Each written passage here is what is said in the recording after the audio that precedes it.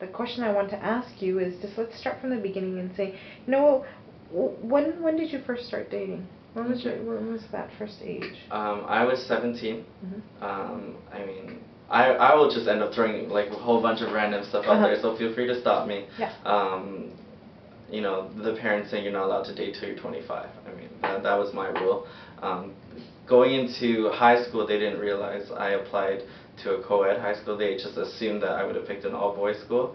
So I mean, I very much got the talk that, you know, like the women are the devil, just stay away from them type thing.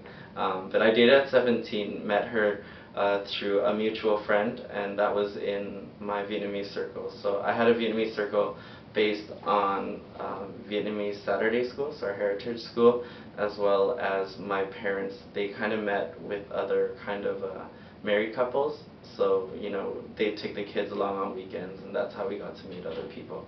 So she was also Vietnamese? Yes. Mm-hmm. Did your parents know that you were dating her? Or did her parents even know that you guys were dating? A couple months in, I think there was just the actual introduction, but introduction within the Vietnamese community means that she's just your friend or he's just your friend, so they didn't actually accept any boyfriend-girlfriend status, which I think is actually pretty common.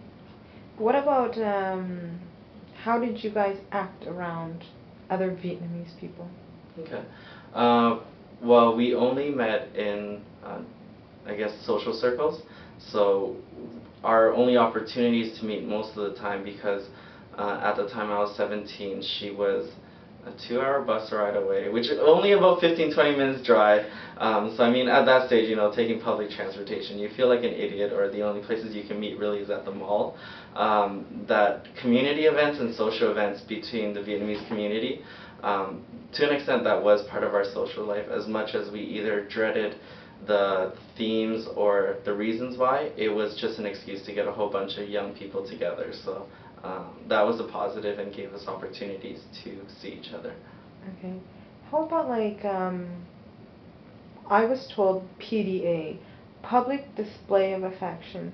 And how far did you, because obviously if you walk down the streets here in downtown, to Caucasian, Okay. a couple, they'll be holding hands. Sometimes they'll stop at the corner and just kiss, or, you know, show that they love each other, or that they have a liking towards each other.